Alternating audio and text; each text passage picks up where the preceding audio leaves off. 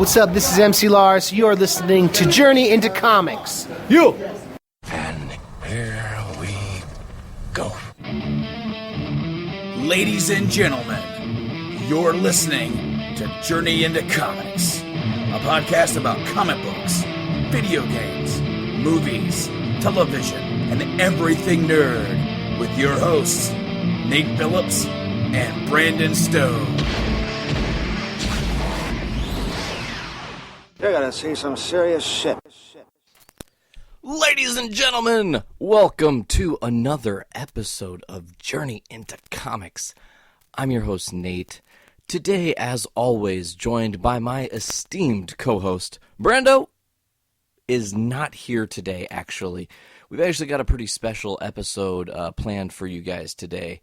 So, here for a few minutes, I'm just going to kind of riff on a couple thoughts, and then I'm going to get some things lined up for you guys, and we're going to bring the Black Suited Death dudes on, Ben Kreger and Ed Ellsworth, and they're going to talk about their Kickstarter, what's going on with issue 2. There's some cool stuff that might happen with Journey into Comics that we're going to be able to talk about a little bit here. I really want you guys to get excited because it's a really cool comic, but today, to start the show and just to get right into brass tacks, it's weird because I don't really do like Nate casts anymore. We've evolved to having several different shows, so the need to just be me riffing by myself has kind of fallen to the wayside. I mean, I have considered maybe doing another podcast, adding another podcast to this family and releasing it on this channel as well. It would be a totally different format from Journey into Comics and from anything else we're doing on the station or on the network or whatever. But I digress. Let's not get into that today. I want to talk about the season finale of Doctor Who. I just got done watching it, and there's a lot I need to say. It was a very emotional episode, emotionally charged. The Bill character and the plight that she suffers is incredible. It's a dark, crazy story that ends in a way that you totally wouldn't even expect or think. It's they did a really good job of keeping you guessing throughout this whole season of how things were going to go down. And interestingly enough, and this has been a thing that a lot of people are like freaking out about, is there's controversy and rumor over who's the next Doctor. Now, I'm not going to spoil anything or what happens or what have you, but I will say it seems to have really, really big plans for Doctor Who, and I just cannot wait for them to get to that moment in time. I've always been a fan of Who, moving through the different seasons. I would still say that David Tennant, the 10th Doctor, is my favorite. Capaldi is a very, very close second. This season took everything to 11, and it was just like they knew they were writing for maybe the end of something very special. So they pushed it, and it shows. It definitely shows in this season. They were not afraid to take risks. I think they did a fantastic job of taking those risks. And I'm really excited just for what we have coming this Christmas. The Christmas special will air, as always. And I'm not going to say anything about cast or anything about that because, again, it's so spoiler-packed. This also gave us a very interesting wrap on another character in the Master. And I just want to also say, folks, today, for some really odd reason, it seems like I might have a little bit of, like, white noise coming from somewhere. Like, maybe this cord is shit or something. I don't know.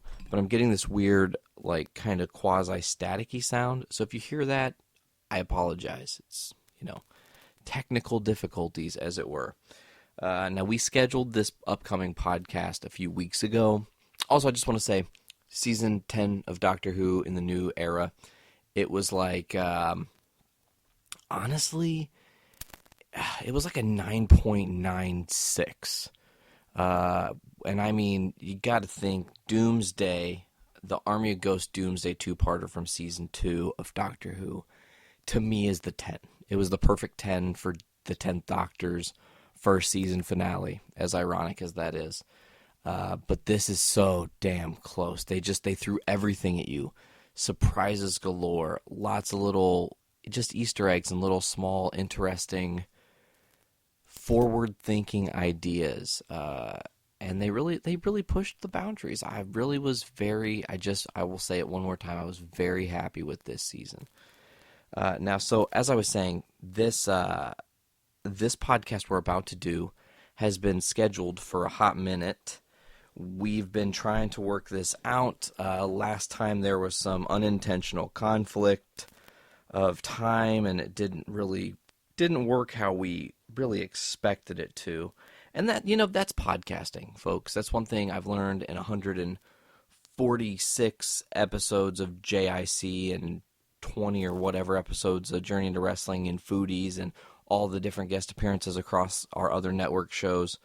You just got to just roll with the punches, And I'm so glad to get Ben and Ed here. It looks like I have a missed call from Ben, so I'm just going to go ahead, folks, in real time. They don't know this is going to happen, by the way. But we're just going to bring them right on the show and get everything set up. And that, because I just want to just get into this. There's a lot to digest with this, and I need to also make sure that Skype is loud enough. Son of a bitch. Okay, let's I'm going to just move real quick and do some technical work here. I'll just keep talking off mic kind of loud while I'm doing this, just to kind of give you guys an example of how it rolls. So, okay. Go to contacts. It does not show Ben is online. It also does not show Ed is online. So, let's give it a shot, I guess. Maybe not. I don't know, folks. Oh, it looks like I have a message. Let me check out this message real quick. I'm going to read this just aloud. This is how I do it. Just says groovy. Okay. So I'm going to say ready. And we're just going to keep this flowing. So I wanted to also talk about, other nerd stuff that's been going on. Oh my God, this week Spider-Man comes out. I'm so pumped. It looks great. I also want to say Hannibal Buress, he's a comedian. He plays Lincoln in Broad City. He's a stand-up comedian. He's also been in some other stuff. He does voices for a lot of different things. I think he might have been in Angry Birds. I'm actually pretty sure he was in Angry Birds. He might have been like the angry dad at the beginning of the movie that Red sits on the cake. I've seen Angry Birds, folks. Don't judge me. That, and then there we go. See, look at how that works. In my life is real time. Oh, Hannibal Buress. See, I got it back. I got it back, folks. I didn't lose it. So Hannibal Buress, right? He's in Spider-Man Homecoming. That's the new Spider-Man movie, Spider-Man Homecoming. If you haven't heard it, Spider-Man Homecoming. He's coming home to Marvel. It's his homecoming. Sony doesn't have all their grubby mitts on it, only some. And they know that Marvel knows how to make money, and they trust them. Anyways, Hannibal Buress hired a stunt double to go to the red carpet premiere of Spider-Man Homecoming. He didn't even go. Here's the more messed up part. When it was airing live on Facebook Live, and I think they had it on YouTube as well, they interviewed this guy as Hannibal Buress.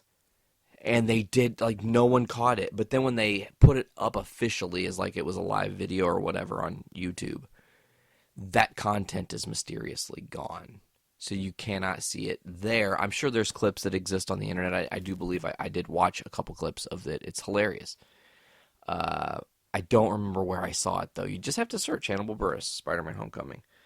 I'm just still waiting here. I have K.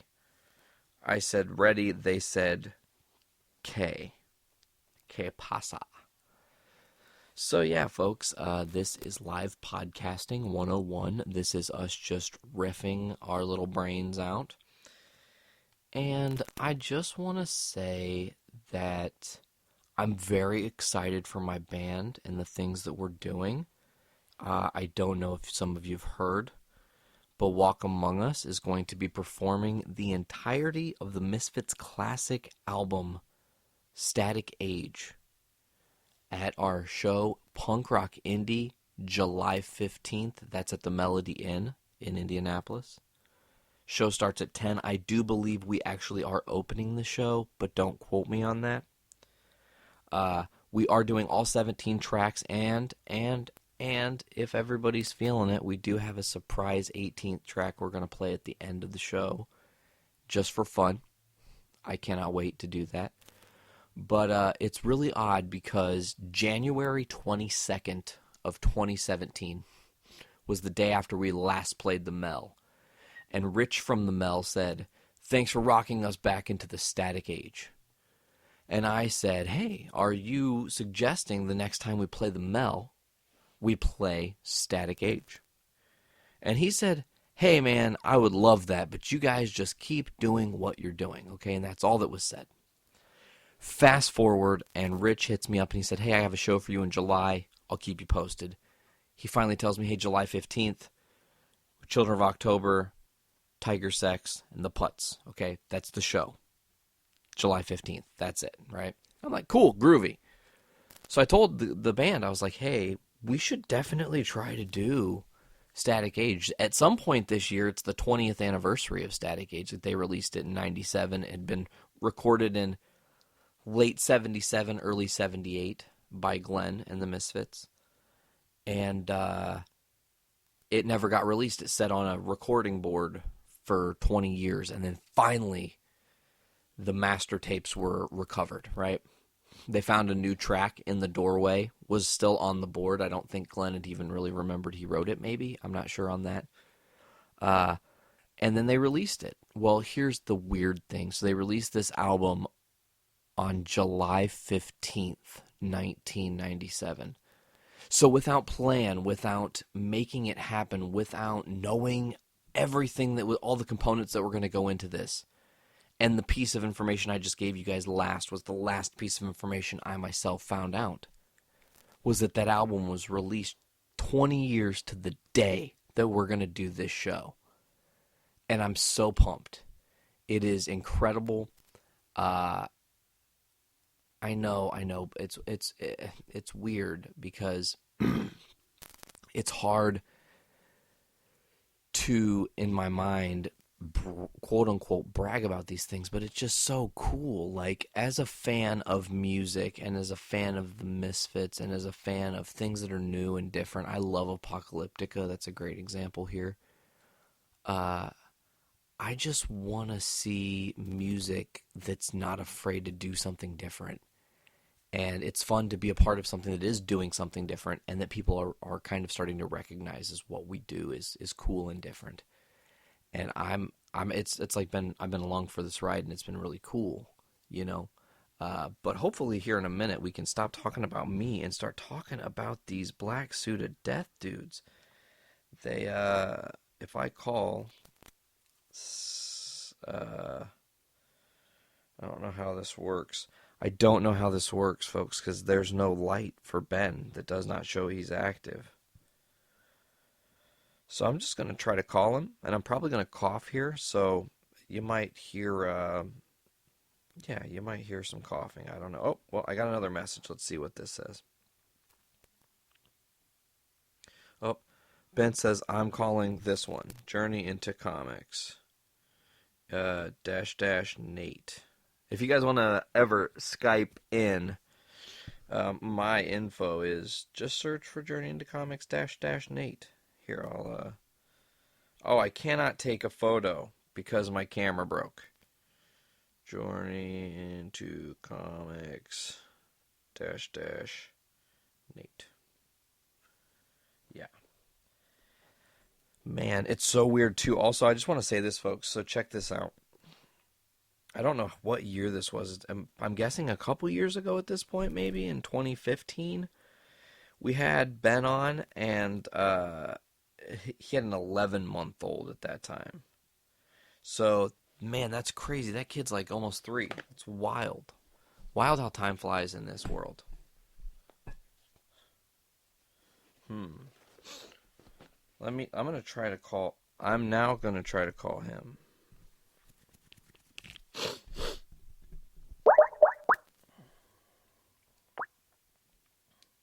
Maybe, maybe not. Let's see.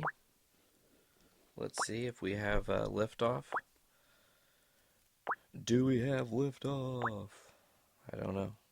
It's weird. No, I don't think so. It just says connecting, connecting, forever, connecting, connecting. So, call ended. Oh, no answer. Yes, correct. Folks, see, this is why I kind of like podcasting so much, how we do it, because the element of it's just complete chaos sometimes. And I'm here in Journey into Comics land, as it were. And I'm just trying to make this happen. Let's see. Calls. Hold on. Recent. This one. Try calling me. Warrior Innkeeper. Okay. Okay. I'm calling you. Calling you, Ben. So you're going to get this real time once you catch up to this part of the episode. It's weird because I'm talking to people who are probably going to be on this episode, who are listening to the episode going, when the fuck are we on? When are we going to be talking about Black Suit of Death and the movie? I can't wait to discuss the movie that inspired this whole thing. And then there's some other surprises that we have with the Black Suit of Death guys. I'm genuinely stoked. That's a weird word to me, stoked. Because if you try to type it in your phone, it does not recognize that as an actual word. Because you stoke a flame, but I didn't stoked the flame. Stoked is still slang, but it's so old. That slang is super old. I'm surprised it's not in the dictionary, you know? Oh, the call was ended with no answer. Yeah, this is not working, folks. We might have to actually scrap this whole episode. I don't know. Maybe not. We'll just keep it, right? See, this is the crazy thing. You guys don't know if I've scrapped this episode or not. Because it could just be sitting on the board and never being heard by another soul. However, I'm sure I decided to release it because that's just who I am. I just want to keep going with it, you know? I'm still working on the Game Eye app and trying to get all of our collection. It's like the more I think we have everything, the more I remember that we don't have everything. I forgot I lent a Super Mario Galaxy 2 to my sister, and she's like, hey, do you want your game back? And I was like, yes, that's incredible. Please give that to me right now. Thank you. So listen, everyone, I don't know what's going on, but there's very bizarre technical issues going on right now with the Black Suit of Death guys. Neither of these accounts show that they're active. So I wish instant transmission or instant teleportation existed. Also, Dragon Ball Super. Fuck. I'm watching the Toonami American edition that's dubbed. And I just got to the episode where Goku and Vegeta return from training with Whis and Beerus on Beerus' home planet. And Frieza and the Ginyu Force are getting ready to kill everybody. They've already killed Piccolo. Spoiler alert. They fucking murdered Piccolo. But Dragon Ball Super is a fucking great show. Like, I really, really, really like anime. So when I was a kid, DBZ was like my gateway, right? And it got at points a little corny, you know, and that's okay, because corny is still fun, you know. But man, Dragon Ball Super came out with a bang, and I've just been like teeth sunk in ever since it started airing on Toonami. I would maybe watch them with the subtitles, but I really like the American voice actors, you know? That's just a personal opinion, but that's what I know. This is... Oh. Well, folks, it seems that maybe I have solved one of the problems, but in the middle of working on getting these guys on my show, My iPad internet has just stopped showing up. I don't really know why. So we're going to try to switch it up here, see what's going on. Oh, there we go. Now let's see if I can get a hold of these dudes. I bet I can. I bet I can in like seconds. Okay, watch. Here we go.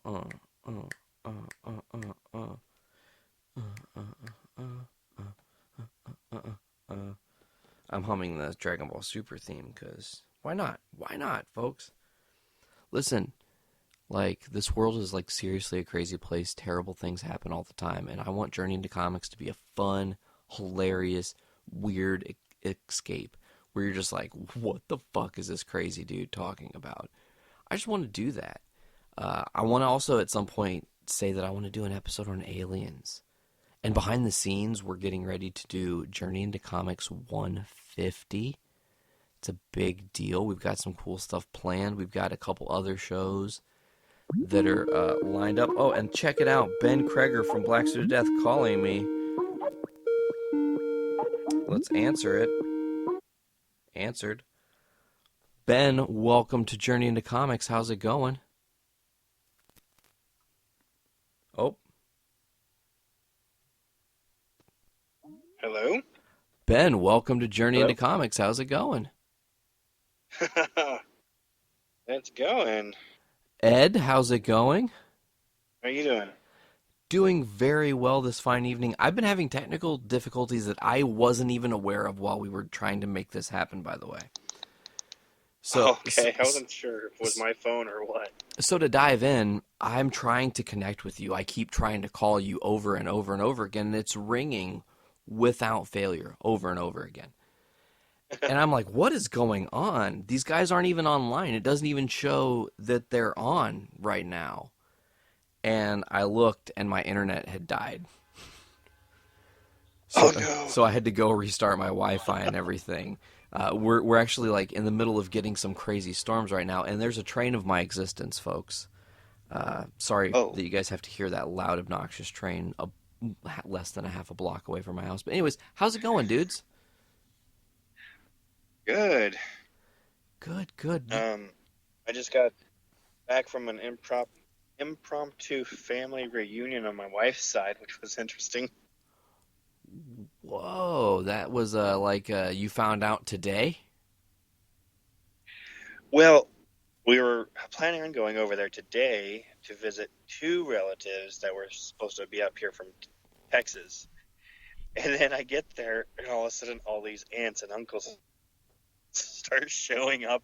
I'm like, I did not take enough anxiety medicine today for this. Man, I totally feel you with being around too many people. Sometimes it can get very, very stressful, you know? Yeah, it ended all right, though. Everyone's cool. Was there good food at least? Yes, I ate too much, and I am paying for it now. There's a barbecue! Oh, well, you can't go wrong with barbecue. I mean, pulled pork, like some cheeseburgers. I had cheeseburgers today. I had 3 cheeseburgers today and a bunch of deviled eggs and chips, meat.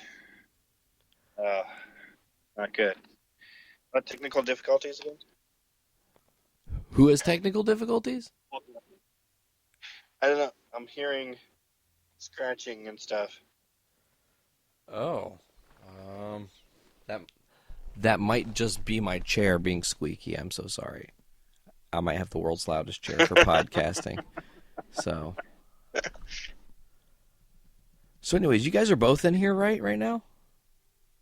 I actually don't see Ed on here. Oh, he disappeared? Maybe. Oh no. Well, that's okay. We can just take it breezy and start slow. That's how this episode's been all day. I've just been kind of flowing with how things have been operating. Yeah. I want to mention, like, this can be a little, like, addition to the show, but I really, really, really cannot wait to talk about finally watching the Black Suit of Death movie. Like, when we get to that, I'm so excited. That would be a dream come true because, as you know, this all started as a no budget film 20 some odd years ago, Not joking and to with no see budget. it as no budget. I mean, there was pizza and soda, but we didn't spend anything on costumes or anything else. And you guys had awesome, like, the intro, like when it said starring. You guys handmade that, I think.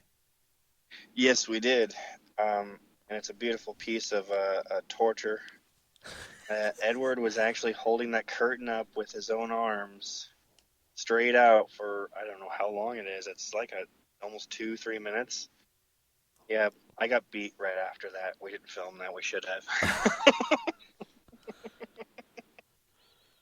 Man. No, it was really cool because I've been following the campaign, which everyone should be following your campaign. There's a lot to talk Awesome, about, thank you. by the way, because, like, the Black Suited Death finally getting issue 1, it was like, yes, I cannot wait. And it was I'd been texting you because the posters got here first. And I was like, no. How weird. I was like, no, if you're going to lose anything, lose the posters. Don't lose the comic. I want to know what the story is, you know? And I was sweating it. And I think like 6 days later, it finally showed up. Oh, how strange. Most people got the poster second. That's my plight in That's life, funny. man. Just like, that's how it works, you know? But upon getting it and then like diving in and reading it, first of all, here are some thoughts off the top. So it's unlike any other comic in that it's fucking super real. And I don't mean that as like Rick Grimes and the fucking Walking Dead is not real. But these people have your characters in this book have real drama happening from the jump. The book starts on a breakup. We actually there's some notes on starting the book actually a little bit before that, but once we came up with the idea of having their D&D game interrupted by a breakup, we're like, okay, this is where we need to do it, and that was actually inspired by a rewatching of E.T. I don't know if you remember, but Elliot's older brother had his friends over playing Dungeons and Dragons when Elliot goes and ruins the pizza chasing after E.T. for the first time. Yes, I do recall. He gets very angry Yeah, with her. and so yes, and so that inspired our having the breakup in the middle of a game, which I think is just, to me, it's freaking hilarious. And what Ed and I really work hard to do is be truthful in our storytelling. I mean, this is a fictional story, obviously, but we really want to pull as much truth from real life as possible.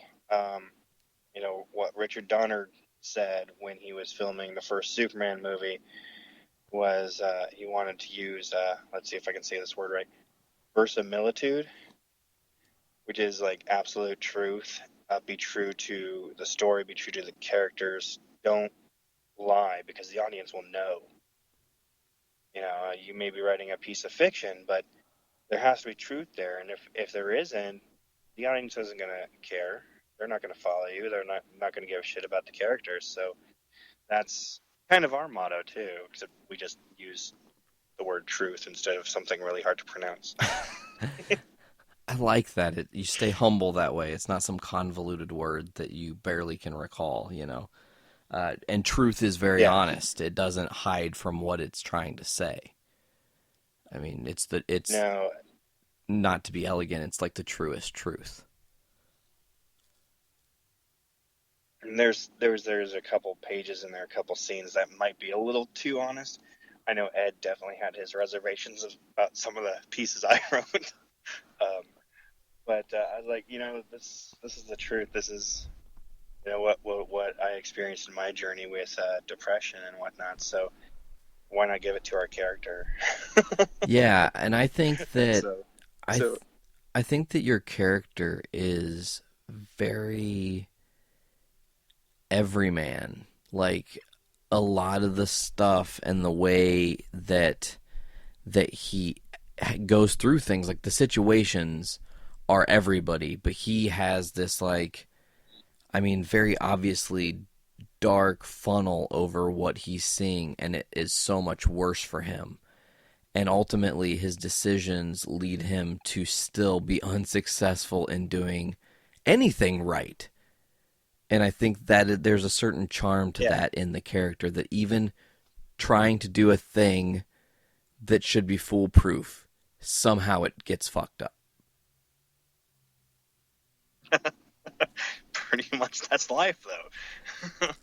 The best laid plans, Um, and we just did our best to tell this story. Like I was saying, that going for that truth route, it definitely became a little more autobiographical than I think either Ed and I really wanted to go. But it's out there now, and we're pretty proud of it. Maybe we could have done a couple things a little bit better, but there's always that 2020 hindsight. You look back and you go, we should have done this or this. But was the sixth draft of the script, and so we definitely spent a lot of time creating the story and talking to our readers and fans, and we have a handful of readers that will take a look at the script for us first and make sure that we're getting all our story beats right, and that's kind of how we approach things. If I'm going to ask people to help me make my book, I want to make sure that it's the best we possibly can make, and sometimes perfectionism gets in the way, but I think with Black City of Death, it actually really helped. Yeah, man, that first book, I mean, I want to, there's some keynotes that I want to talk about in all of this. First of all, yes, kudos to you for the writing and being ballsy, and spoiler alert, I think you guys might be the first people to ever put like a non-offensive masturbation scene in a comic book. And I was really like impressed. I was like, because honestly, listen, okay, I do have a little bit of ADHD, so focusing can be difficult sometimes when I'm reading comics. Yeah. So a lot of times I get words over pictures. I'm reading the story more than I'm looking at it, and then I have to do like a second read through where I kind of check the art. That scene didn't hit me the first time. It was just like I looked at it and it was just like every other thing. It didn't even register. Upon my second read through, I was like, that's fucking genius. Because it's so just life. It's so just life. And it's out there. Yeah. That's life. And I love it. It doesn't fucking try to hide. And that there's something special to be said about that. Oh, sorry, I lost you there. Oh, man. I hope my internet connection survives this night. Oh, no. I was just saying that. Just the last part. I was just saying that, that your comic has the ability, the first issue had the ability to be so real in life and then still tell a very sci-fi-y story, which you did the perfect thing. You leave everybody wanting more. By the time the final panel hits, I'm just like, fuck, where's book 2 right now? Like, come on. I know. That's how I feel too. You get that last page and you're going, oh my God, it's going to be 6 months to a year or longer before the next book comes out. And you get, as a creator, you get really frustrated. And I can't imagine being on your side. I guess I can because I support Kickstarter comics all the time. So you're always waiting for the next one. Correct. Yeah, you know exactly what it's like. It's weird because I always get updates that you're supporting other Kickstarter, and we're going to get into that in a minute. But continue with your thought. I'm sorry. Oh, sure. I think that was pretty much it. It's like, I hadn't thought about that. I've been on both sides as a creator, struggling to get a book made in the sometimes enormous amount of time to get it done. Like, so there was 5 years between the first iteration of the Prelude book, Ides of March, and Black City Death #1. what amazes me the most, and you'll only find this in indie comic fans, is that when Black City Death #1, when I took the preview black and white edition to a con, and like I sent all the backers a digital version of that at the same time, people came up to my table and were like, "Oh my God, Black City Death #1 is out. The next book is done." And like they've been waiting 4 or 5 years for this next book, and actually like going to cons and looking for me. And it's like that blows my mind, and that's one of the amazing things about independent comics is that these people, once if they really like your stuff, and I've been incredibly fortunate because Ides of March was like my second book. Well, I don't know. It ties with Little Lincoln, but Little Lincoln started as a web comic, so it's a mixture. But that people have bought every version of Ides of March. There's been 4, and then wait for me to come and make Black City Death #1. It's been I don't know if humbling is the right word, but it just feels like it's just kind of blows your mind. Yeah, because it's unending support, and I think that speaks volumes to what you're creating. And to get into that a little bit, it's like you're talking about there's 5 years between Ides of March and the first book coming out, and now we're in we're a little past a year since Black City Death #1's Kickstarter. Correct, and we're at the point now, because it came out April 19th of last year. That was my birthday. I remember. Yeah. But that's right. I remember that. Yeah, because you told me that was the relaunch date for 1, and I was like, oh, man, that's awesome. Like, Yeah. But honestly, it's got to be weird for you because you probably have 8 issues done of this story. And while you're still perfecting the skeleton of later on, you're really fine-tuning the very next thing. Yeah. That's got to be so hard because you're like, oh my God, I can't wait for people to get their hands on issue 3, 4. Well, it's crazy. It's actually it's frustrating. When I did an estimate at the pace that we're at the best pace we could have, that would be 3 to 4 issues a year. And so we're talking about if somehow $30,000 dropped on my lap every year, I could do that. So even at that best pacing, to finish the first story arc is 6 to 7 issues. I have to check again. We're trying to make it 6, but this last story got split into 2. Anyways, so we have the bones for 27 issues. Man, that's incredible. And we're looking at this, and we have. You're right. We are actually finishing script 7's first draft, and we've toyed with script 8 a little bit more. I'm looking at these numbers and going, this series at best is going to take 6 years, and I don't want it to take 6 years. So obviously, while the first few issues are going to take a while to make, Ed and I are struggling to find a better solution. Like if it maybe we've created some filler stories that we could cut out in that bare bones area. But we're really focused on just getting to the end of issue 6, because we know that there is at least a graphic novel style first story arc there. And it's a struggle, and it's crazy, and it's filled with excitement and utter depression. Yeah, and let's I want to kind of double down and get into that.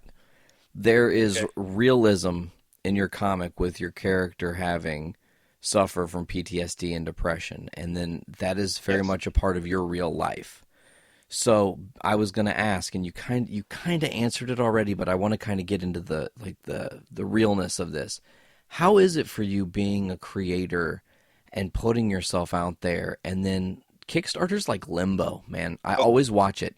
It's like the weirdest fucking roller coaster on earth. Something will skyrocket and be like 80% to goal, and you're like, oh, dude, it was 3 days. They're already 80%. No problem. Could you start over? You're breaking up really bad. Oh, no. Okay, so what I was saying is, with Kickstarters, it's like very much a roller coaster because Yes. it will start, boom, somebody's at 80% of their goal in 3 days, and you're like, oh, this is super going to be funded. I can't wait. And then you'll look back at the thing, and it'll be like 6 days to goal, and they've only moved 4%. And you're just like, what is going on? And then, like, with 1 day to go, it'll, like, most times, boom, explode through the hemisphere into, being funded.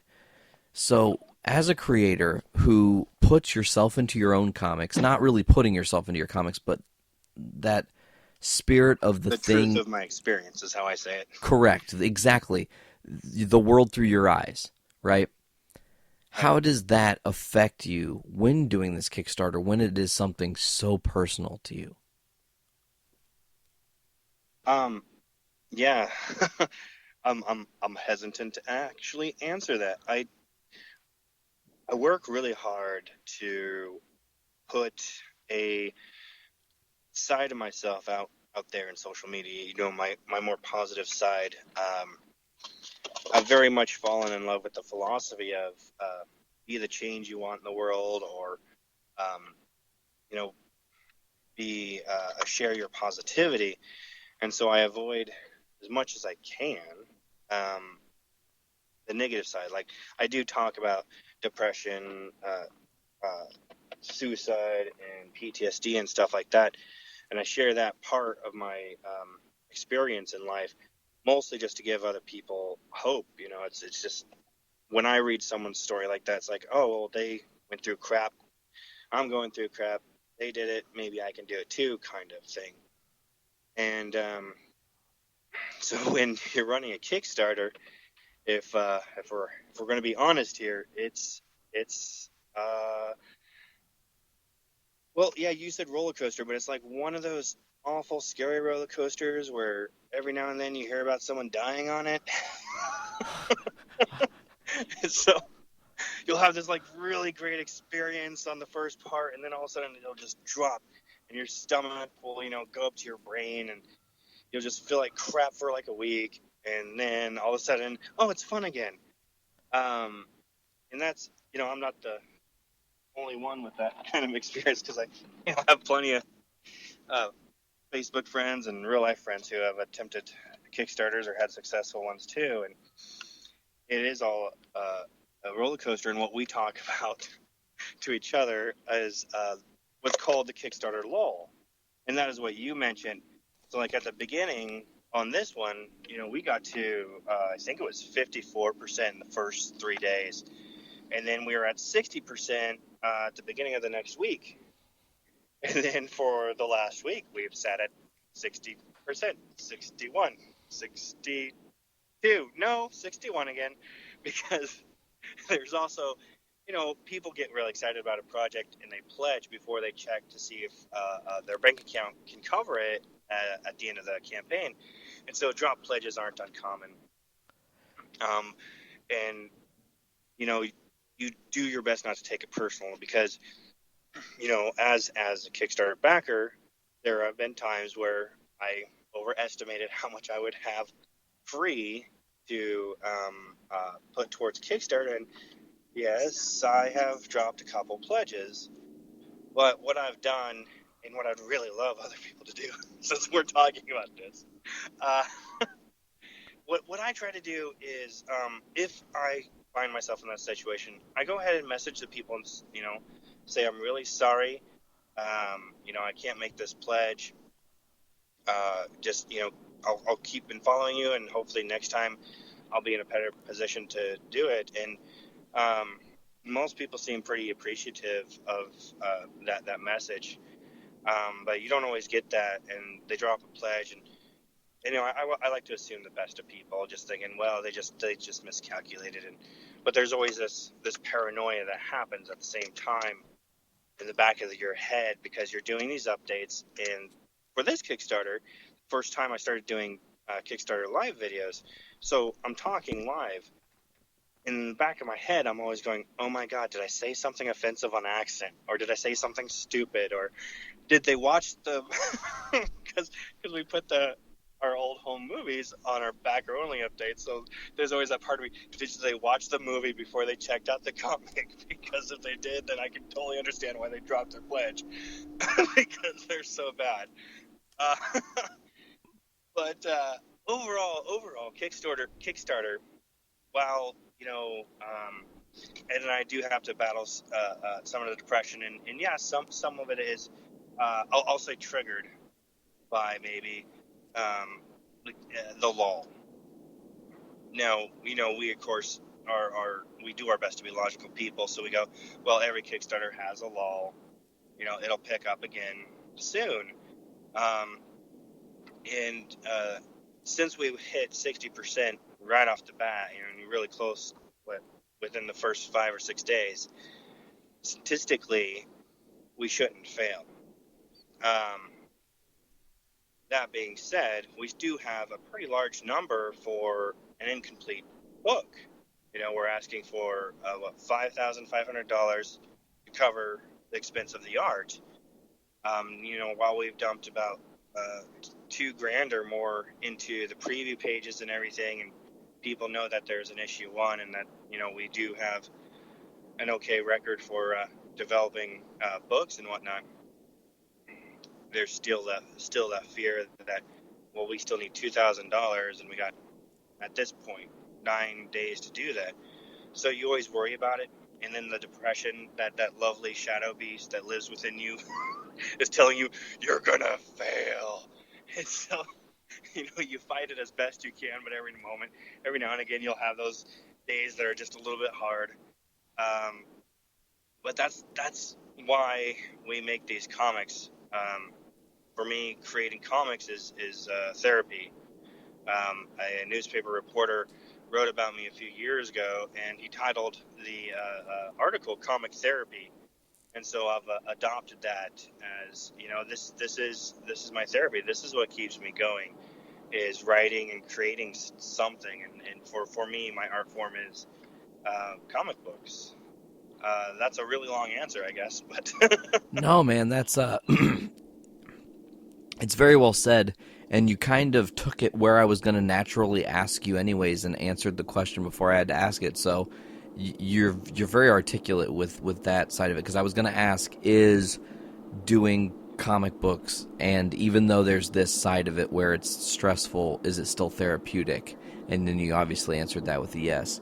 So yeah, it very much is. Yeah, I just want to kind of touch on a couple different themes in the book.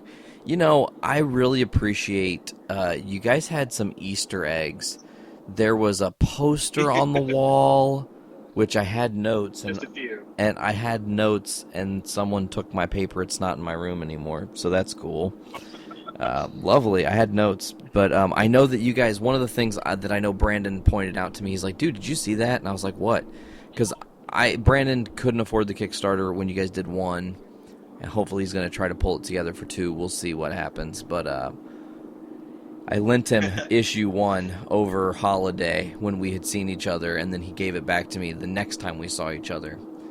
And he's like, "Did you see it?" And I was like, "Did I see what?" And he's like, "Dude, nope. There's a..." You dropped out again. Oh, no. I'm here. Are you here? Technology. Okay, I can hear you now. Go for it. Wretched technology. But no, Brandon had said how awesome it was. You guys had a GTA 2 Easter egg in the comic. They're playing video games, and they're playing Grand Theft Auto too, top down. Yeah, that's from the old days where I'm a little concerned about it. Because I'm the publisher. I'm the one that okayed that, so hopefully no one gets mad about it. Oh, no, dude, that's a great reference. It's very much Paco's personality. He loves video games, but he always likes these, retro games too. And we thought it would be fun, so hopefully it'll remain fun. No, man, I like where the story's going so far. as I said, you guys left it with everybody wanting more because you leave the final panel is the Black Suit of Death finally appearing in its first form in this book. And Yeah. honestly, man, I was just like so hyped. I told Sarah, I was like, why is fucking book 2 not in my hands right now? Like, I genuinely need to know what's coming next. Like, I want to explain this to you friend to friend because I understand the woes of success and this era of social media and what does it all mean, and things are crowdfunded and, you know, it's based on likes and weird shit like that. But Yeah. honestly, you guys have a very amazing story. It touches home in a lot of ways, and a lot of people need to read this book because I genuinely appreciate where you guys are coming from in this book, and I know a lot of people who also would really respect your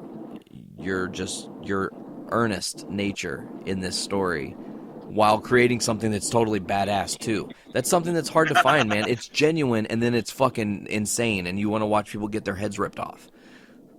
Like, Well, that happens in the next book. spoiler alert.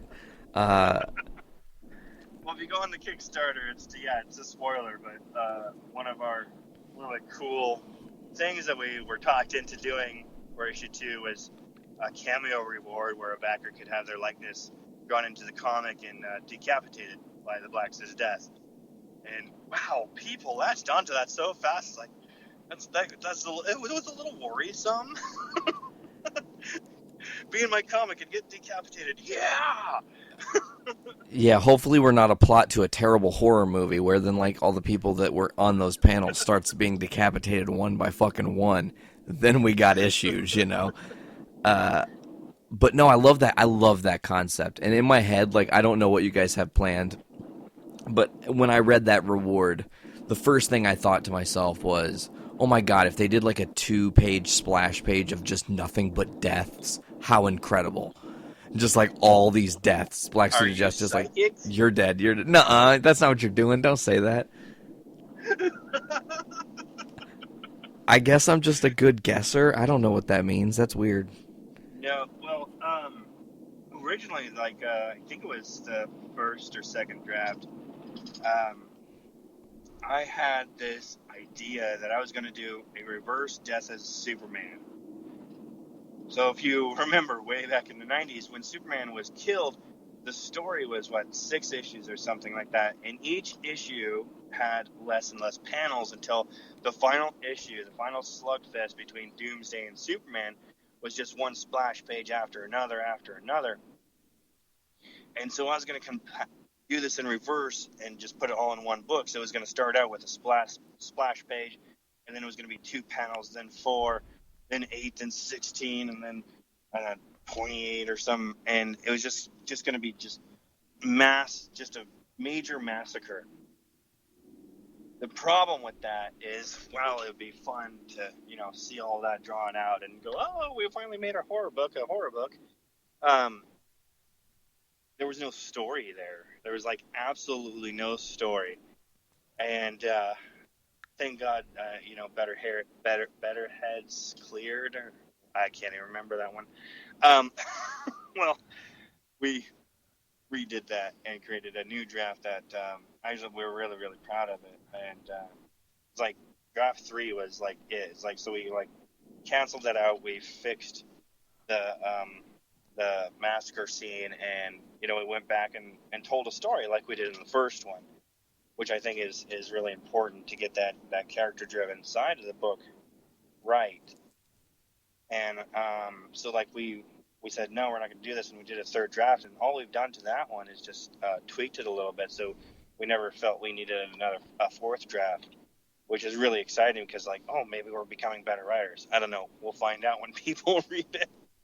We go, no, it sucks. Well, you ruined it. I think that it's going to come twofold for you, because it might be that you're becoming a better writer, which is true. It also could be that you're just finding confidence in knowing what you, are very successful in doing when you write, and just being in the pocket with yourself. And I think you were thinking of cooler heads prevailing is the phrase. Thank you. You had me in the back of my head. I'm like, what is it? What is it? Well, okay, there it is. Okay, I found it. In the forever Rolodex that is my brain. Yeah. But it's weird because I don't know if we want to like make this like some super official thing, but it seems like Brando and I are maybe going to be killed off in Black Suit of Death #2, and that's terrifying and exciting to me because in the back of my head I'm thinking, what if I'm just the plot point to a shitty horror movie where I'm going to be one of 12 people that end up decapitated after being in a comic book? Like, did you ever see? We're gonna have you run up the stairs and shut the door and call 911 on an old landline. It's not gonna get through, and then the lights are gonna go out, and you're gonna die. Oh man, Did I just spoil it for you? I'm so sorry. That's so classy. That's so classy. That's such a classic. Like, and you know that actually calls back to our very first conversation because we were talking about Scream being a part of. The inspiration for everything. What's the one movie that you guys also released that had some? So, the Scream parody is shamefully named Scream Sugar Daddy Scream. It is not a porno. The second. I can attest, it is very much not a porno. And the second one, of course, is The Black Suit of Death. The first iteration of the film. You know, we made several attempts to shoot it again and to make it look more professional, but those never came to fruition. Though the footage is actually pretty funny. I'm debating if I should share it or not, though. I mean, look, the BSOD 1 movie that you guys released as the Kickstarter backed thing, and I said I wanted to talk about this, so we just like perfectly fell into place here. Let me tell you, watching that made me so giddy because okay, it was very time travel-y for me because I knew we were going to have you guys on soon, and that was one of the rewards, and I happened to be a backer, so I'm like, okay, sweet, I get to see this thing, and I log in, and then in my head I'm like, man, do you remember when you and Ben talked about this, like, on the first time he was on the show, and you wondered what the fuck this movie he was talking about looked like? The suspense and the wait is over. And then I got to watch it, and I was like, disappointed. I was not at all disappointed because it's very much what I expected, and I loved it. It's campy, it's hilarious, it's quirky. I love that you're the newscaster, dude. Like, that was just like the whole bit. Everything was great, and the guy roaming the desert, finding different things, and like looking at them and then throwing them, hilarious. That's actually, we kept that there. We kept that in Ed's discovery of the Black Suit of Death. It's almost like a parallel universe telling of it. There is a stone and there's a can of food, and I think the only thing that's missing is actually the pop can. But there's money and rocks, and so we wanted to pay homage to the original film, and so there are Easter eggs in the first one that if you watch that very very silly movie we made, and then go back and read, especially from Desert on, you'll see little Easter eggs about that. I think that's just a fun thing to do. It's something that I really enjoyed in Watchman, the comic book, is going through it a second time and spotting these things that now that you know the whole story, you can see where they are, and it feels so obvious, you know. But at the same time, it's exciting because it feels like a little treat for the fan who took the time to read it twice. And we wanted to hopefully give that to our own readers.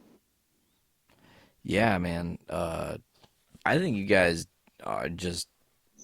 I love it. I love the Black Suit of Death universe, the idea behind it.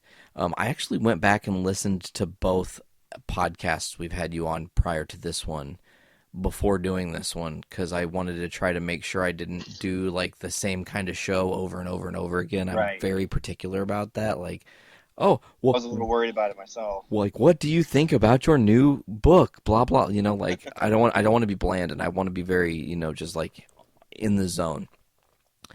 And I'm listening back, And there was a interesting point I wanted to make to you. Damn it. I've lost it. I did that too in the other ones. Lost thoughts and points, because it happens to me sometimes. All the time. My brain is like this highway of thoughts, and sometimes I'll see a thought on the highway and I'm like, ooh, yes, that one, but I don't see it exit in time, and I'm like, shit. Right. That's a great way of explaining it. Like, it's weird because some people don't get that. Like, how can you just fucking forget what you're thinking, man? I think it's the ADHD thing, because I'm pretty sure I got a touch of it. My daughter has been diagnosed with it, and this is my non-biological daughter. So what's really weird is watching her go through this experience and going, oh my God, that is exactly what the teacher said about me.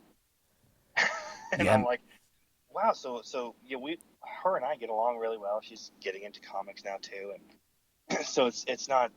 I think it is the ADHD. I think it's something that we as creative people just experience, and others apparently don't.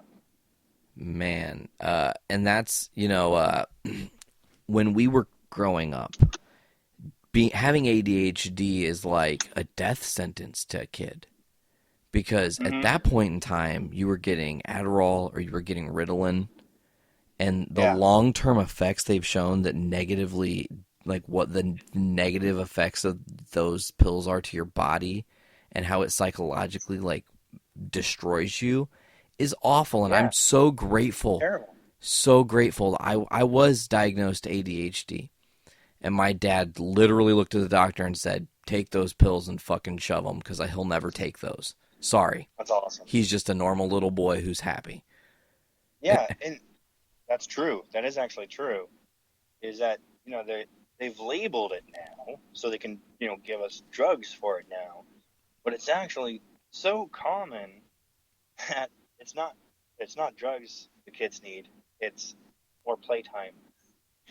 But I could do a whole show about education, about putting kids on drugs, and how the education systems that we have here in the United States are ignoring the scientific research and studies regarding how people learn and what is best for them to learn. And oh dear Lord, I've read so much about it because I'm just a curious person in nature. But then when I had a kid struggling with this, I was like, well, what can I do? What can I learn to help her figure out how to deal with this? Because I didn't, noticing the similarities between her and I, they became almost not debilitating, debilitating, but distracting. Today I remain, it's hard for me to focus on something, but obviously I can find ways to focus on stuff. So I'm just trying to learn how to teach her what I have taken 40 years to learn for myself, so that maybe she has a better footing when she leaves high school than I did, because the schools sure aren't going to teach her. No, and it's a terrifying time. You made a very good point that having a kid that struggles with it, you're looking at different ways to help. Yeah. And man, I think that we live in a very dangerous world, because it's like, I don't know how to like say this without sounding like kind of like a shitty person. Fucking science is science. Like, you can't argue with science. No shit. Yeah. These people have spent their lives understanding our universe at a subatomic level in some regards. Okay? They aren't wrong when they have things that are a certain way. Now, there's a difference between science and big pharma. I think those two sometimes get a line drawn to them. Well, pharmaceutical companies are science companies because they make these pills that are a bunch of chemicals. Yes and no. Because it's very complicated. They're still selling a product. Yeah, they're still out to make a buck. So you gotta take it with a grain of salt. But the thing is, if you want to get into that, if you want to study this kind of thing, if you want to like prove you're right or whatever, go to the peer-reviewed journals, check out all different sides of this argument on this drug or whatever. And, educate yourself. Don't be pompous. Just, fill your brain with shit and figure it out on your own. Sometimes that's just necessary. And that's partly why we chose to do a science fiction story instead of supernatural story. Now, I myself, I love the supernatural. I'm fascinated by it. I have had a haunted house experience that I cannot account for, no matter how much reading I do or talking to scientists that take the paranormal seriously, or as serious as I suppose one can. I don't know. So I'm actually writing a book, a novel. I'll plug this, even though it's like 3 or 4 years away. On Facebook, you can go to Little Girl Dead and enjoy my struggle trying to write my first novel and discovering how different writing a novel is from a comic book. But Black Suited Death, we made a rule real early on that it was going to be no supernatural. There is literally in that universe no God, no ghosts, nothing supernatural, no demons, nothing.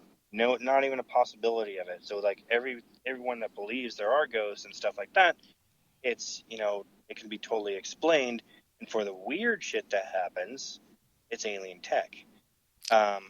So it's almost this might make it sound bad, but it's almost an ancient aliens idea of Earth. Man, I should put a cameo of that dude in there.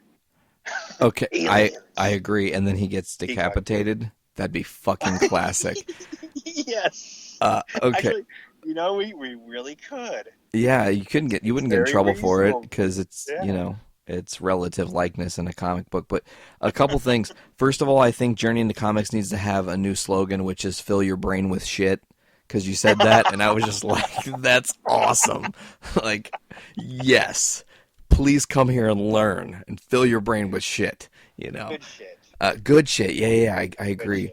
And then as far as aliens are concerned, man, I spend a lot of my insomnia-fueled nights watching the ISS live feed. I don't know if you've ever ventured into that. Yeah. But Fascinating. to totally tangent, just for a minute, Go ahead. my fascination with this, watching the ISS feed, is when I literally don't watch Earth. I watch the black of space. When I'm watching the ISS feed, my eyes are locked on the black of space. And when we're watching this feed and something shoots across space at extreme speeds, it kind of freaks me out because I'm like, wait a minute now. If it was a comet or something, it would be slowing down and falling into Earth's atmosphere. That didn't fall into Earth's atmosphere. That was like in the distance, moving at high rates of speed. What is that? Yeah. And it's so bizarre because I feel like, to touch on Black Suited Death having alien tech versus not having any supernatural, I think in the real world, both things are very likely. And I think no matter how long we're on this plane, this specific plane we're on right now, we'll never be able to see that bigger picture. But maybe later, but not right now. Yeah. And Well, that's what I love about being a writer. I get to speculate on all this stuff. yeah. Yeah. So my question is, coming out of that part with that you're able to kind of riff on all these things. The big thing nowadays in like the Marvel world and in the DC world is the bridging of stories. Is there ever going to be a supernatural driven story that you do that ties into Black Suited Death, like way in the future, if we're super future tripping? I'm not quite sure. Now we have a lot of tales because we have like 10,000 years of Earth's history to play with, right? Totally. We are planning a few spin-offs. But along the series, we've talked about maybe telling how the Black Suit of Death inspired the boatman of the River Styx kind of thing, and maybe how that turned into a supernatural belief and stuff like that. But I think that's pretty far off in the future. So at most, I think you'll see things which appear supernatural, but will be later be explained as an unseen technology. Oh, I love Because that. we're being really careful with this because we think that it's a Grim Reaper story, so there's millions of those, and I think one of the I at first didn't really think our book was that original. And so I just kind of discounted. It's like, all right, so it's a Grim Reaper story. There's a million of those. I'm going to tell mine. But then when people started saying, this science fiction take on the Grim Reaper is really original, I was like, all right, let's go for it. Let's just stick to this rule. And I think it's when you're creating a universe, it's really important to have a set of rules. But it's even more important to stick to those rules because readers or moviegoers or whatever, they'll know when you're breaking your own rules, and they get mad about it. Especially now that we have social media to, bitch about movies and books and comics and everything. If you, as a writer, set up rules and then you go and break it, to, I don't know, take a shortcut in the story or whatever your reason is, it's upsetting to the reader because they're already suspending their disbelief, and that rule break pulls them out of it. And so I don't see us doing a true supernatural story, but I could see us playing around with the idea that someone thinks they're experiencing supernatural and they're not. Ooh. So you were talking... Oh, go ahead. Sorry. I'm saying we could, Twilight Zone. I love Twilight Zone, and so there's these Twilight Zone type ideas floating around in my head, but nothing's really solidified yet, so I'm not putting any focus on them. I'm just focusing on getting the story that we have now finished, kind of thing. But yeah. Well, you were talking about, I wanted to kind of tie this back to not breaking your own rules.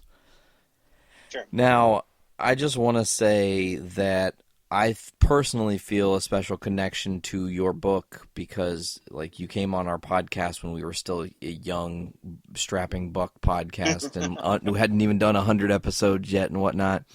Yeah. And we're about to be at 150 episodes. We're getting ready to record that one later this week.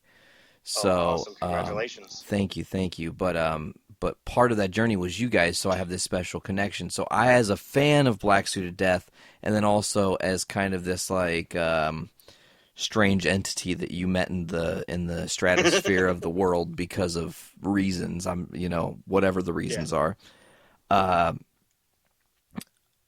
I need you to commit that when this becomes a movie property, Michael Bay does not get his hands on it, because I will not stand for my Black Suit of... Anywhere near it, I would probably end up in prison.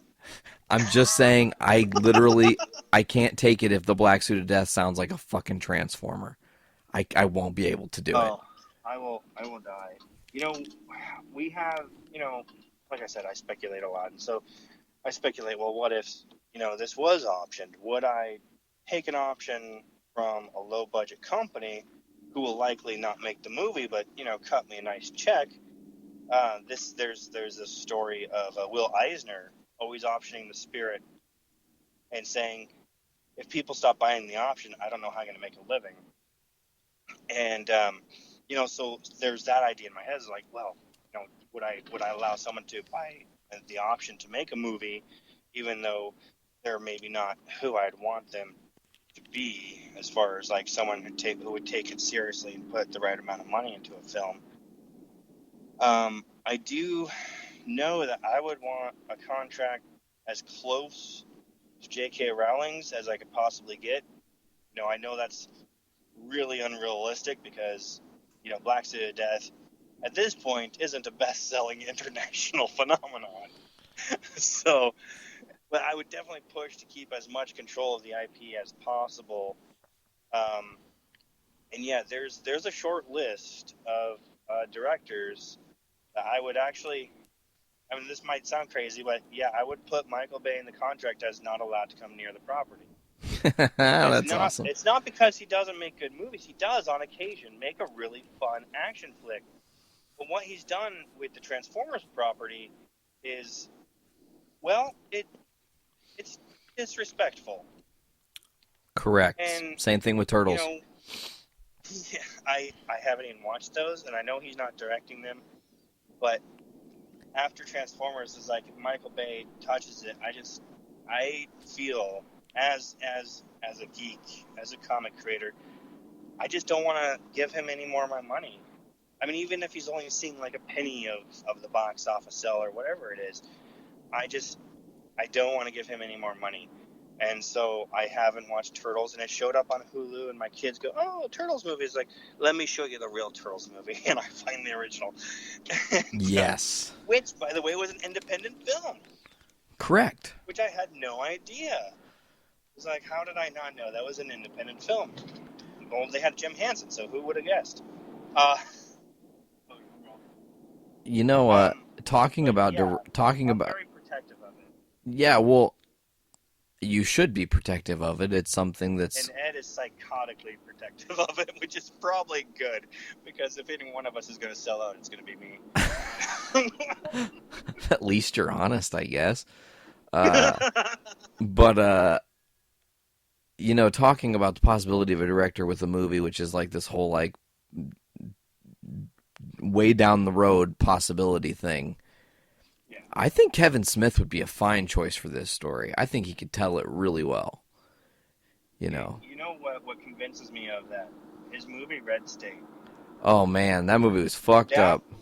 movie is by far it needs to go on like the top 5, if not the top 3 best horror films ever made, because I've seen it 3 times. And the last 2 times was actually kind of reluctant, but I felt it deserved several viewings so that I could remember it well. You know, I mean, there's parts of it that have scarred me forever, but Oh man, that I wanted first to look death. at the acting and the storytelling and how he accomplished that. I mean, here's this guy that did Clerks. You know, we all love Clerks, and it's nostalgic. You know, it's Gen X, right? And that's me. That's my people. Word. And then he does Red State, and you can talk about Tusk, and you can talk about what's that one where he plays a sausage Nazi? Oh, the Bratzy Yoga Hosers. Yeah. You can talk trash about those films all you want. I mean, whatever. I enjoy them. But if you go to Red State, that alone that's like his Oscar moment. I mean, there's so much intelligence and genius and thought put into that film that, yeah, if he could take Black's death and put that spin on it, 100%. Man. Yeah, I think it could also be just to something work with special. him would be amazing, because I love that guy. Yeah, dude, he's one of my personal favorites, for sure. Kevin Smith is one of those, like I've always said, if there was like one A-list guest that I want on this show, it's him. Yeah. Just I think like 5 minutes into a conversation, we would be like best friends. And I don't know if that's because his work influenced me as a human being, which makes me like kind of like a minion of who he is, or if it's just by proxy or what, but like super nerd, love comic books, you know, okay to be a sensitive human being and live your life as such. Like, I just think he's a great dude. But to speak on Yoga Hosers, actually, Foodies Watching Movies, one of my other podcasts, actually did. We had hot dogs, and we did gourmet hot dogs and watched Yoga Hosers, and it's actually not terrible. I didn't hate it. It was different. It was what it's meant to be, which is a tween movie. Yeah, and it's what I expected it to be. You know, it's like people put these expectations on his films that really they shouldn't be there. But, you know, my crime was when I went and saw Red State. I had my expectations too low, maybe? I don't know. But the movie blew me away, and I enjoyed it as much as one can enjoy something that horrifying. Man, it's dark. On the viewing, and, you know, It's a piece of art, and people really need to like just take a look at it and understand what he was going for and what he accomplished, and that, you know, stop trash talking him, because he is a brilliant director. I don't care what you say. I will never change my mind, because he's got that at least one film. I enjoy all his films, but that is definitely the pinnacle. But enough raving, I guess. Oh man, we can rave all day about Casement, no biggie. But my question is, you've been on some podcasts. Do you typically listen to podcasts?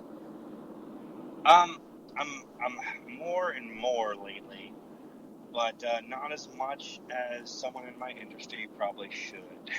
Well, I don't know if it's about should. There's a lot of great ones out there, and a lot of really smart. I don't know, what do you call a podcast host? It's not like DJ, but you know. Anyways, a lot of smart guys out there and girls doing these wonderful podcasts, inside our culture, outside our culture, whatever. And I think it's. I'd like to see it continue to evolve and continue to grow. I myself am dabbling in starting one too.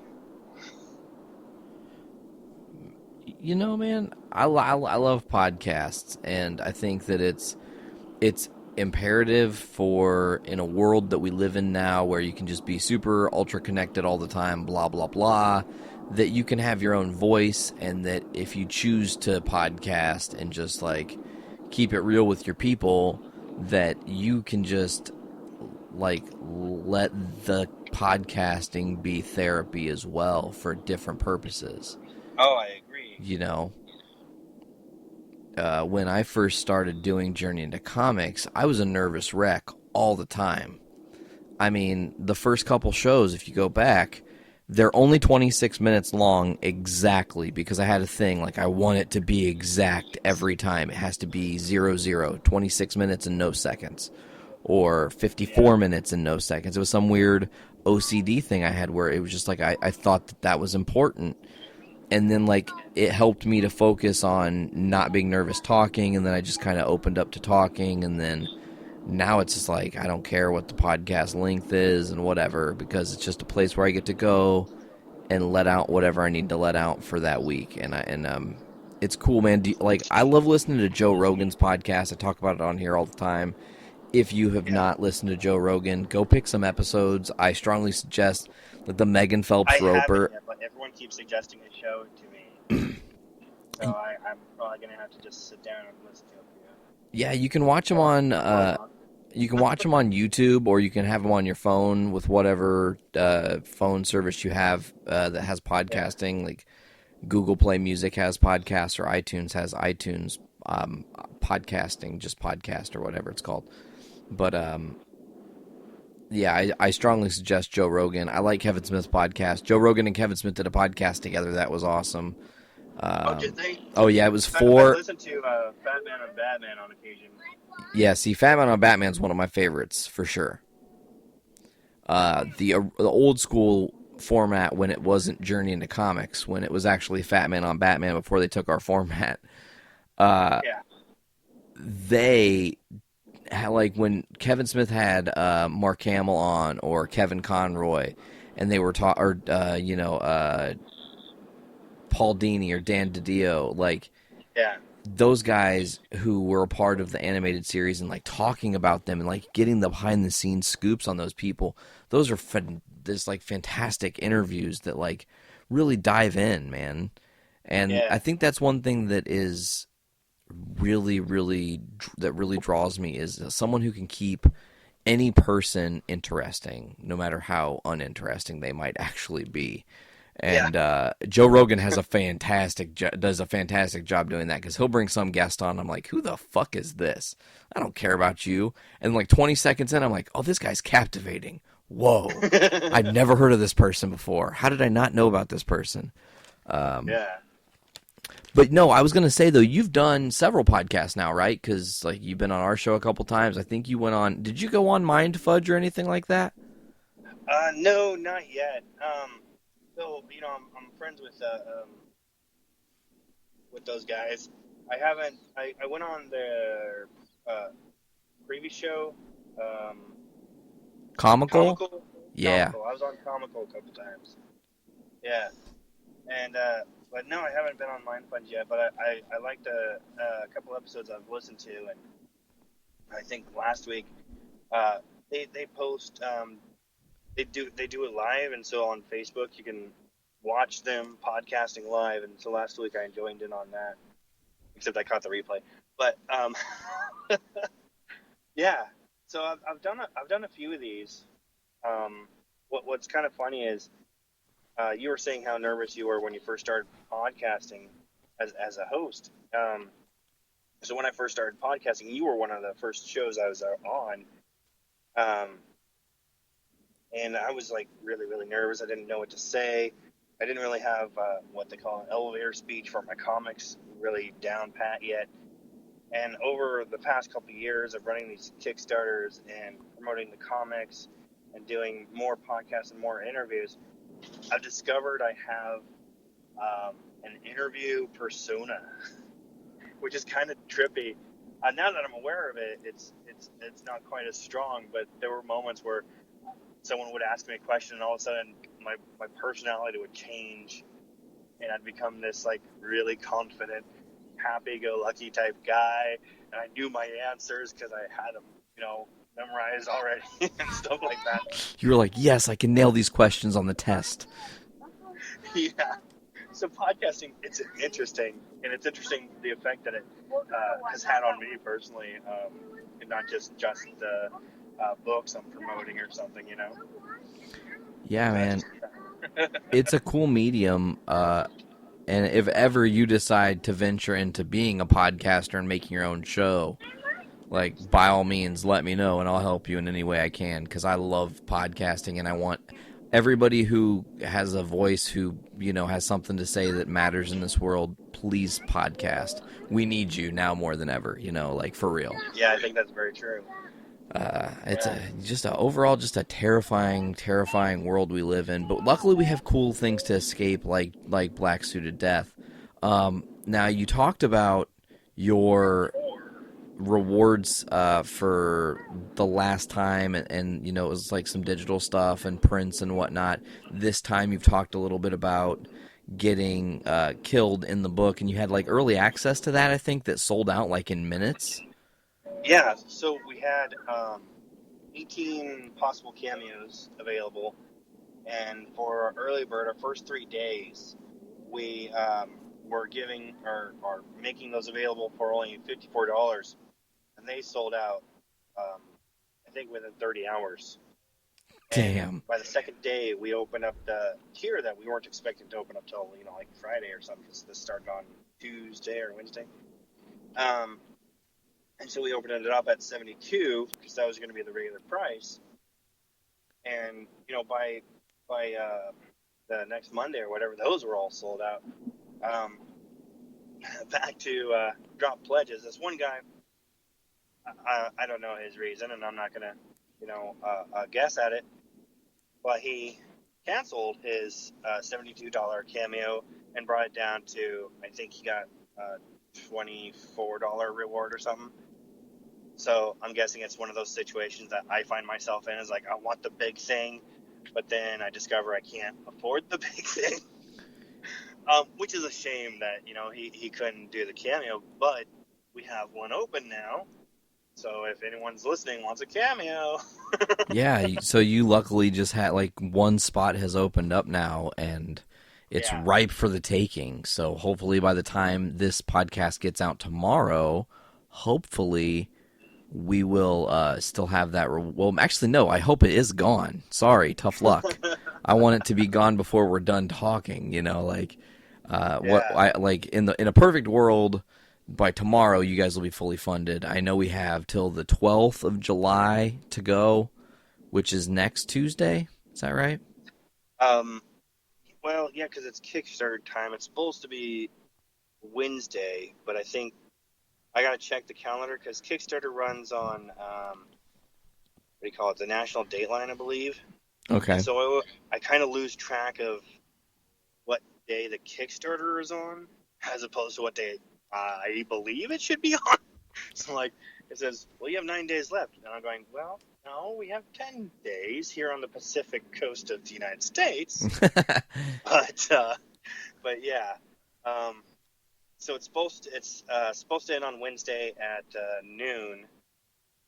You'll have to check back on the page to verify that because I don't have access to my computer right now. But yeah, so let's say Tuesday. That way it's funded before it ends, right? Yeah, Tuesday's the last day, folks. Next Tuesday, so a week from 4th of July. Yeah. Now, I want to say we're just going to have to share the hell out of this some more. And Feel free. really, Thank you. yeah, I mean, just really hammer it home. I'm probably going to take some choosy pictures of the Black Suited Death comic and put them on our Instagram, hyping this Awesome. episode. I want to get the Kickstarter on this page itself, so when people are going to our Podbean, they can actually click directly on the link to take them directly to your Kickstarter. It might kick them off of the podcast, so if you're trying to listen to this, you might not have gotten this far, because you might have been like, oh shit, there's that link. Oh, damn it, it restarted the whole episode. Gonna have to start at the beginning again. Right click. Yeah, right click, new tab. Open new tab or new window. Correct. Listen, we're intelligent. We know to do that, but not everybody knows to do that. So that's a good tip. But here's what I want. I forget all the time. Before we wrap this, Sure. I want to hear, just keep it real with me here. I want you to tell people what, like, sell them on book 2. I know why book 2 is fucking dope, but there are also rewards, and that's an interesting thing to actually kind of like mini tangent into. There are rewards that feature book 1 with book 2, so if you're late to the game, you're not gonna not get book 1 and be confused on what's going on. You'll get the story, I promise. So go ahead and let them know, like, give them something for this book. So, like I said, The Black Suited Death is a character-based story, and if you've been listening to this podcast, and if you've gotten this far, then obviously you have. You know that it's a story about a young man who's suffering from depression, and he stumbles upon an alien suit that is actually the inspiration for all our human myths about the Grim Reaper, about death incarnate, right? This character Death. So issue 1 ends with a cliffhanger where he finds the suit. Spoiler alert, a little late. Issue 2 picks up exactly where issue 1 left off. There's no time in between. Except, I forgot, there is a short prologue. Good. Where we actually jump back to Utopia 9, which is from the prelude book, Black Suited Death, Ides of March. And so we actually do a snippet in time, which it's a flashback, but it's important to the story. I try to avoid flashbacks, but whatever. So that's exciting. Revisiting Utopia 9 was actually really cool, even though it's for like 3 or 4 pages. And so then the story picks up right away, and it goes into the Black Suited Death. So this suit wants to create utopia by eliminating people its programming feels is unworthy of a perfect society. So it is really into just killing everybody, because obviously no one's perfect. But there's always a reason why it goes after people. There's actually rules. Those rules we're talking about, we have written down BSD's rules about what it will do and what it won't do. And so issue 2 is the first time since Ides of March where you actually see the suit activated and killing people. So this is where the science fiction contemporary story really evolves more into a horror type story. And then, of course, but there is character development there. And we wrote a 40-page script at first. And Black Suited Death #1 is, like 36 pages? And that's really expensive to do. So, we went a little over budget last time. And so we're trying to stay more into budget now. So this book is 22 pages. We split the story into 2. So instead of a 40-page book, we're going to have Black Suited Death #2, which is, the story is called Mud and Blood, and it's part 1. Then issue 3, Holy Mud and Blood Part 2. I don't have an elevator speech for this yet, obviously. So, Part 1, that's when you get to see Blacks to Death, kill people, go crazy. You can get your cameos, our backers are going to get killed, which is so weird, but awesome. And then number 2 will be the aftermath of that, and we'll get moving into the major story arc by the end of number 3. I'm like really, really excited about the end of number 3 because I wrote that so many years ago, and we're keeping that scene, and it's really awesome. Let's see, the Kickstarter, we have a lot of great rewards. If you're like me and you go on Kickstarter and you see an issue number 2, you get really frustrated when there's no chance to get a print copy of issue number 1. Well, we've fixed that in 2 ways. We have a digital package called Digital Warrior, which gives you all the Black City Death comic books, including 2 sketchbooks, all digital PDF or CBZ files, whatever you want. So you get Ides of March, BSD1, BSD2, sketchbook, the complete sketchbook number 1, and the complete sketchbook number 2, which tells the creation stories of how Black City Death Ides of March went from script to page. And then the second sketchbook will tell the story of how BSD1 went from script to page as well, with some creator commentary thrown in there as well. And then you can there's also a belated backer reward, and there you can get print copies of Ides of March, Black City Death number 1, Black City Death number 2. That's awesome. I know when I got the first book, when I got the reward, I got it with the posters, and it came with Ides of March and Sketchbook 1, I think. Right? It's like, It's just out of my reach in my comic room. Like, I can see the books, but I can't reach them. Yeah.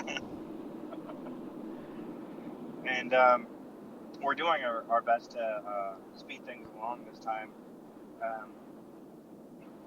We do have a delivery date for March, but one of the things that we cut out of this Kickstarter was prints.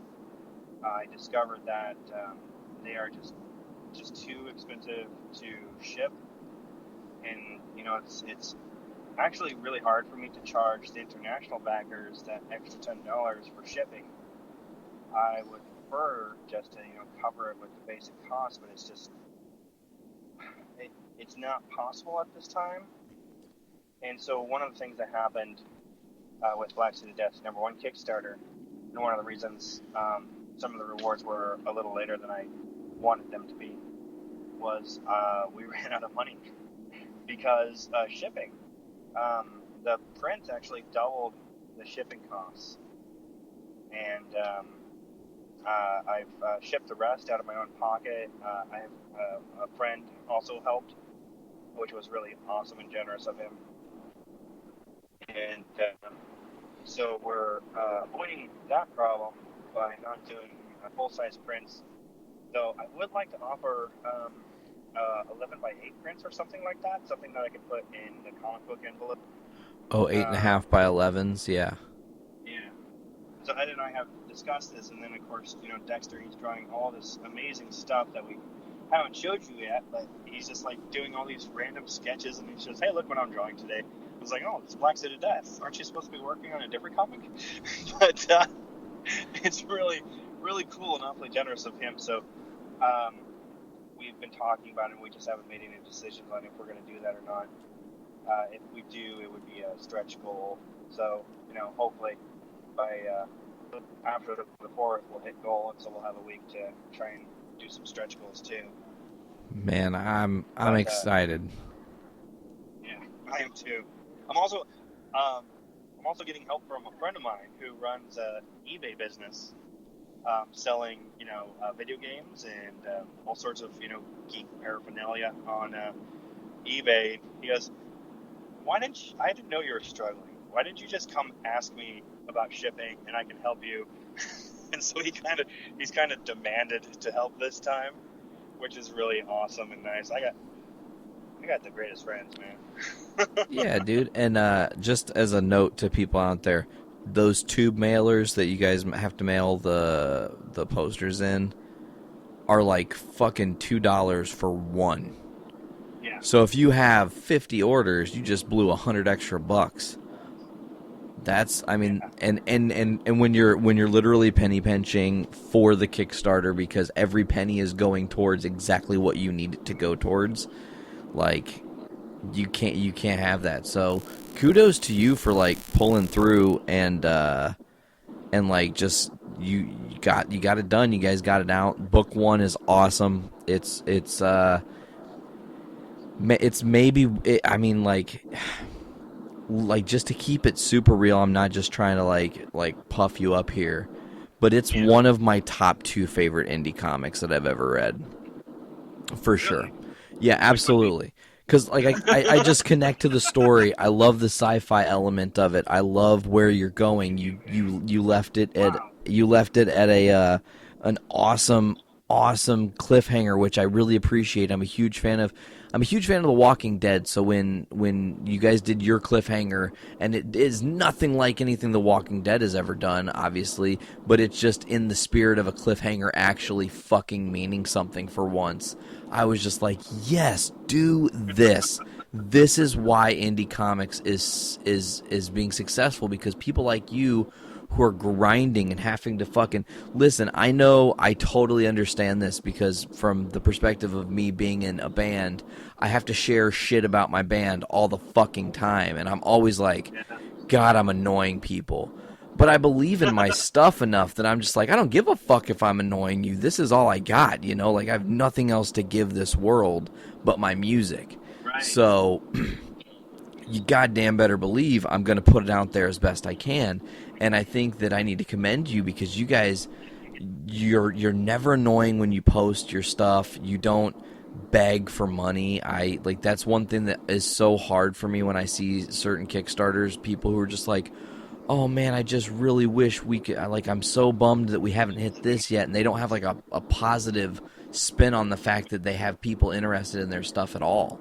Yeah. You know, and you guys are just like nose to the grind. You kick ass. You keep taking names. You're out there. You're doing what you're supposed to be doing. I believe in your book. I know there are many others that believe in your book. It's a book that I'm not afraid to pull out and show people, like, you want to get into indie comics, here's where you start. This is a great place. This story is genuine and you will enjoy it, and it's not convoluted. You know, you do suspend your disbelief a little bit, but at the same time, it could all totally be real in how this fucking world operates, and we just can't see the black suit of death. It just is very, very stealthy. Wow. I don't know what to say. I don't know how to... Oh, well. Well, we've worked really hard, so thank you. Well, you're very welcome. Like I said, I want the people who are listening to our show to know that, like, really, I'm so paying attention to what you guys are doing, because I feel big things on the horizon every moment that you guys have something more is coming, and then I talk to you and you're like, we've got a whole graphic novel planned out, first 6 issues, and we have 27 issues skeletally written out and like planned or whatever. And I'm just thinking, like, yeah, and if you guys just hit the mark on one of those and get the right audience, you'll be able to have issues out once every 6 months, no question, you know? Yeah, I hope so. That's, the whole idea is that this will eventually fund itself, because as much as I love Kickstarter, and honestly, the backers are just amazing people. You will not find the cooler people than Kickstarter backers. The indie comic backers are just amazing. I mean, I can't believe some of the stuff like they're sharing it, and it's crazy. But see, there's that thing. I had a point, and I went off on a tangent, and now it's gone. It's lost to the highway, my friend. Self-funding. We want this book. We want to be able the book to pay for itself eventually. We're really working on. We do have we are committed to doing one more Kickstarter for, the next issue, Black Suit of Death #3, and a big part of that is to finish the Chronicler's story, or maybe start it, because the Kickstarter videos feature a character called the Chronicler, who was invented for the Kickstarter video because me and Ed kept doing these, videos talking about our comic, and they just weren't working, and so we created the Chronicler, and he has his own fans now, which is actually really neat. And so we wrote a very different script for the next Kickstarter video, so we're really hoping to get started on that soon, too, because we're kind of excited about it, because it's almost a movie. I don't know, maybe that's hyping it too much. But so we are committed to doing a Black Suit of Death Kickstarter for #3, but we're hoping after that point we will find other avenues to fund it, unless of course there's a huge demand for us to come back on Kickstarter to do PST4 and 5 and 6 or whatnot. Yeah, look at something like, I don't know, do comic creators have Patreons? Is that a thing? They do, actually. So our artist is Dexter Wee, and he works with, I discovered him through another writer named Neil Bailey, who did a webcomic called Kirite Ipsen. And it went on for 5 years. It's ending real soon. Go to kiriteipsen.com. And he's run Kickstarters for like each year. He does have a Patreon, and he's a writer, but he has a Patreon, and what he offers is sneak peeks at upcoming books. Like he has a new comic book with Dexter again, so we're like fighting for Dexter's time, called The Dominion, which is a space story. I don't want to. I'm not going to do it justice, so I think I'll just say it's called The Dominion. Dexter's drawing it and painting it just as he is drawing and painting ESD. It'll come out shortly after Kirite Ipsen ends on the web. And Neil Bailey does have a Patreon, and he's a really awesome guy, great writer. So, Google his name, or go to Dexter's website and find links.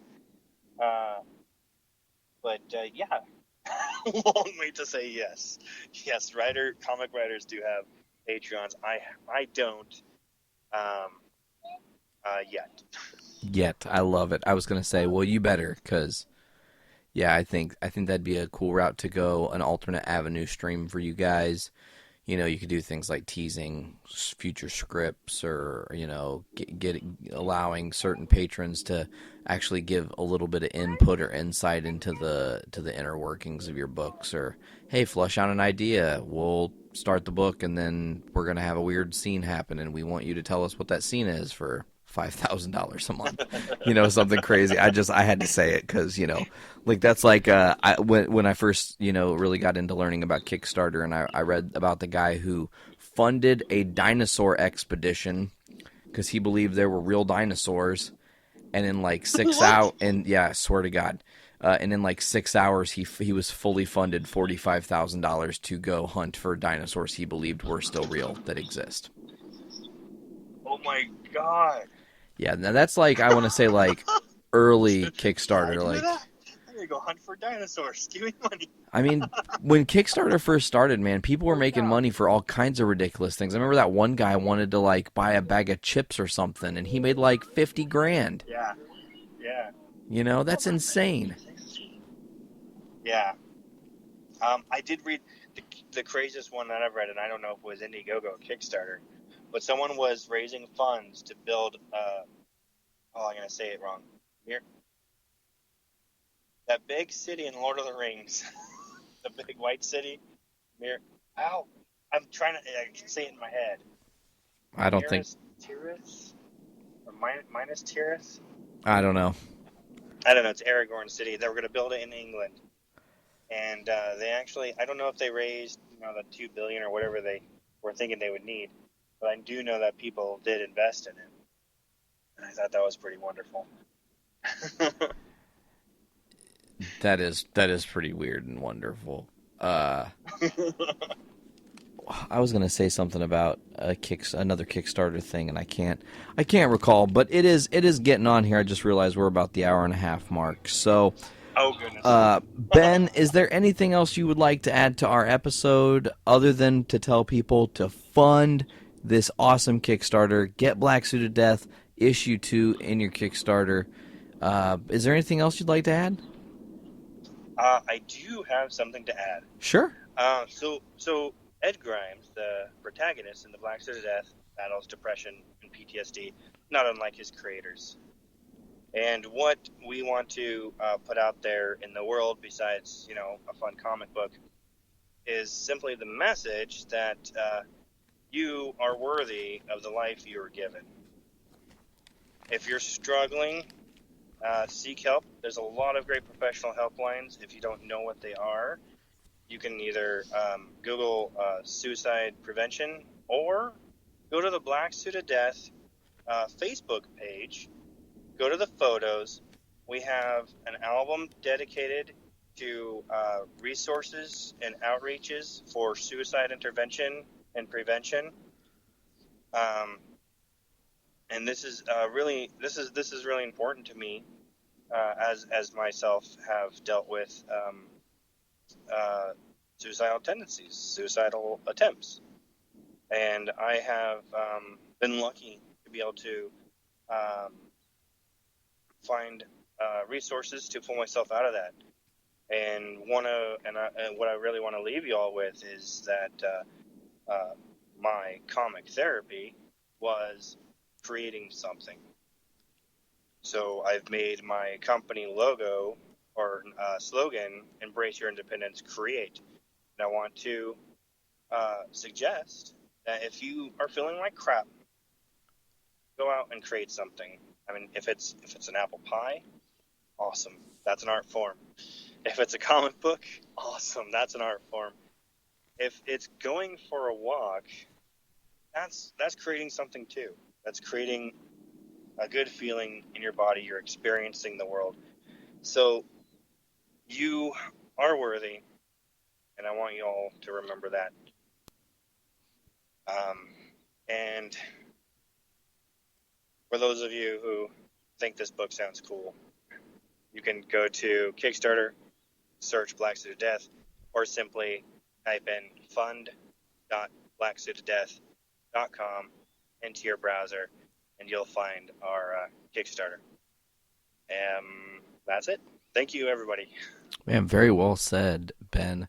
Again, I just want to thank you so much for coming on the show. It's always a pleasure having you guys on to discuss things. At some point in this existence, the four of us are going to get together, Brando included, Ed included, and really have a really crazy, awesome episode. Brandon ended up not being able to make it today, and it just the world is crazy how this works, and it was like better to get something than to get nothing at all. We want to talk about this book. As always, folks, you can check us out on all our different social medias. Hit us up on Instagram, YouTube, Facebook. You can get us on Google Play Music, Stitcher, Podbean, iTunes podcast app. If you go on iTunes, give us a 5-star and let us know that we're great, or give us a 1-star and tell us we suck. I don't care, as long as you're being honest with us. That's all that really matters. You can always email us at journeyintocomicspodcast@gmail.com. If you're searching for us on Twitter, it's JIC Podcast. If you're searching for us on Facebook, it's Journey Into Comics Podcast. That's all I've got today. Again, Ben, thank you so much. You guys, please. Thank you so much. It's been a pleasure. Absolutely. Anytime. And you guys go check out Black Suit of Death. Go back the Kickstarter, definitely. And if you don't have issue 1 already, this is a chance to get issues 1 and 2 right there in your grubby mitts, and read something that's really cool and has a lot of really good substance. I can't wait to see where the story goes. But if that's going to do it for this week of Journey to Comics, I'm Nate. Once again, thanks, Ben, and we'll see you guys later. Bye.